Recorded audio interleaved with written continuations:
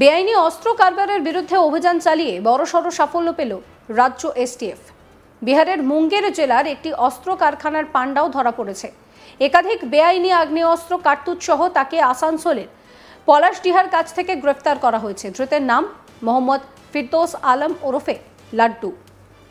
শুক্রবার রাতে আসানসোলের পলাশডিহার কাছে তল্লাশি চালিয়ে ধৃত মুঙ্গেরের ফিরদৌস ওরফে লাড্ডুর ব্যাগ থেকে উদ্ধার হয়েছে 9টি বেআইনি আগ্নেয়াস্ত্র, যার মধ্যে রয়েছে 4টি সেমি অটোমেটিক পিস্তল। আসানসোল নর্থ থানায় মামলা রুজু করা হয়েছে। এই ঘটনায় আসানসোল উত্তর থানায় মামলা দায়ের করা হয়। এই ঘটনায় পশ্চিমবঙ্গ এসটিএফও তদন্ত শুরু করেছে।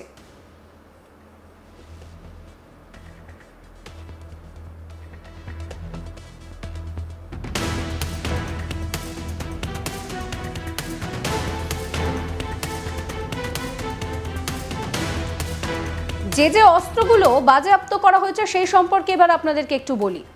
রয়েছে 5টি সিঙ্গেল শর্ট পাইপ গান, রয়েছে 2টি 9mm গান, 2টি ম্যাগাজিন, 4টি ম্যাগাজিন সহ 2টি 7mm গান, 6টি পিস্তলের ম্যাগাজিন, 9mm ক্যালিবারের 4টি তাজা কার্তুজ।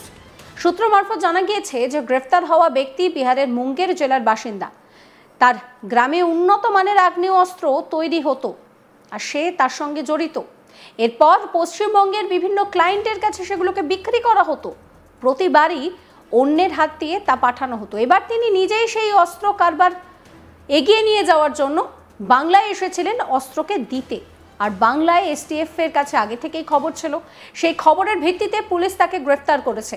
এই গোটা চক্রের নেপথ্যে আর কে কে রয়েছে, এর জাল কতদূর পর্যন্ত গড়িয়েছে, সেই বিষয়টা কিন্তু জানার জন্য আপাতত তদন্ত চলছে।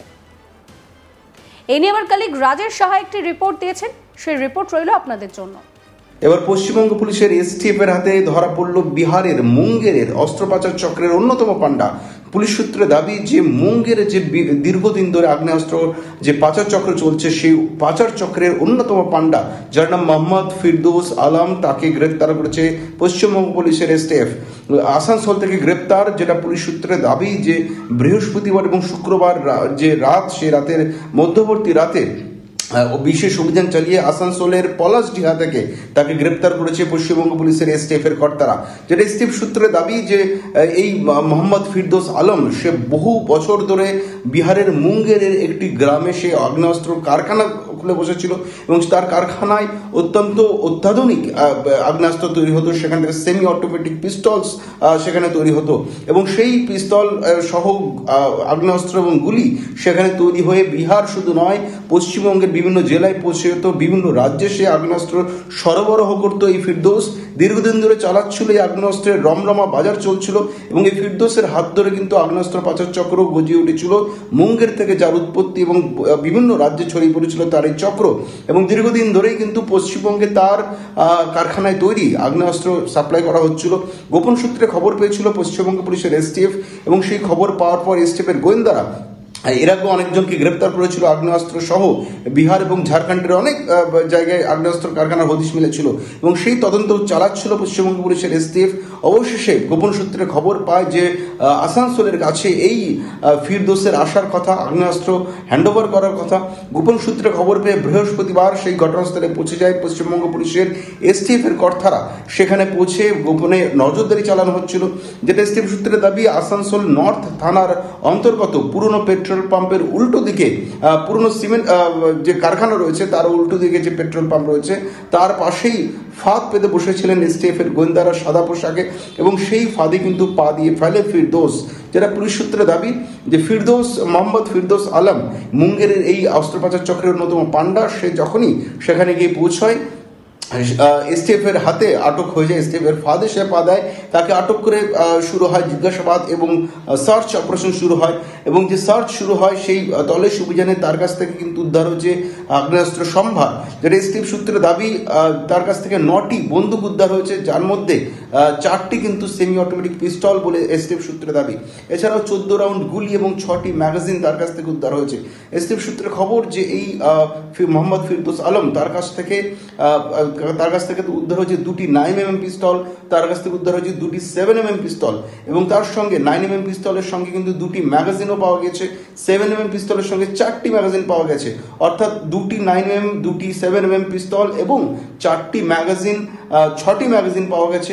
এছাড়াও তার কাছ থেকে আরও 5টা পাওয়া গেছে পাইপ গান, এবং এছাড়াও তার কাছ থেকে মোট 14 রাউন্ড গুলি 7.65mm এবং 9mm মিলিয়ে মোট 14 রাউন্ড গুলি তার কাছ থেকে উদ্ধার হয়েছে। অর্থাৎ সব মিলিয়ে 9টি পিস্তল, 6টি ম্যাগাজিন এবং 14 রাউন্ড গুলি তার কাছ থেকে উদ্ধার হয়েছে।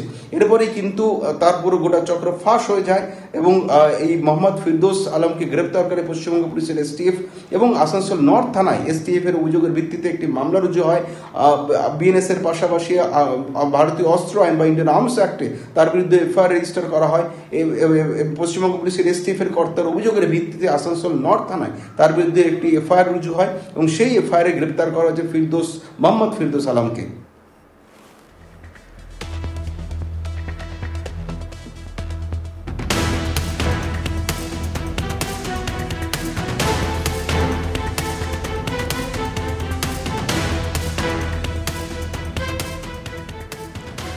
বেআইনি অস্ত্র কারবারের বিরুদ্ধে অভিযান চালিয়ে বড় সাফল্য পেল রাজ্য এসটিএফ। বিহারের মুঙ্গের জেলার একটি অস্ত্র কারখানার পান্ডাও ধরা পড়েছে। একাধিক বেআইনি আগ্নেয়াস্ত্র কার্তুজ সহ তাকে আসানসোলের পলাশডিহা থেকে গ্রেফতার করা হয়। ধৃতের নাম মোহাম্মদ ফিরদৌস আলম ওরফে লাড্ডু। শুক্রবার রাতে আসানসোলের পলাশডিহার কাছে তল্লাশি চালিয়ে ধৃত মুঙ্গেরের বাসিন্দা এই ফিরদৌস ওরফে লাড্ডুর ব্যাগ থেকে উদ্ধার হয়েছে 9টি বেআইনি আগ্নেয়াস্ত্র, যার মধ্যে রয়েছে 4টি সেমি অটোমেটিক পিস্তল। আসানসোল নর্থ থানায় মামলা রুজু করা হয়েছে। এই ঘটনায় পশ্চিমবঙ্গে তদন্ত শুরু করে এসটিএফ।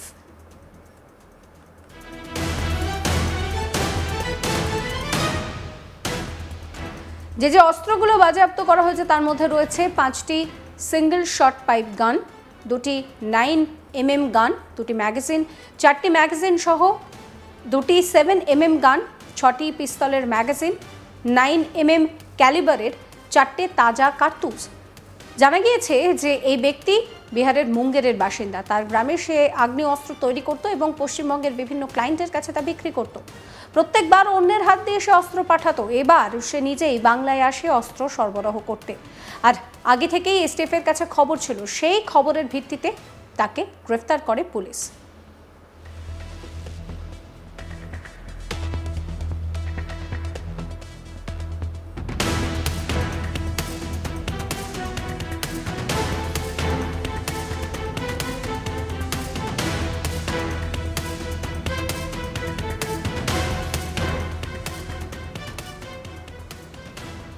সমস্ত খবরের আপডেটের জন্য আপনাদের নজর থাকুক আজ তাক বাংলায়। চ্যানেলটিকে সাবস্ক্রাইব করবেন, নোটিফিকেশন পেতে বেল আইকনে ক্লিক করবেন, ফলো করতে ভুলবেন না আজ তাক বাংলার হোয়াটসঅ্যাপ চ্যানেল।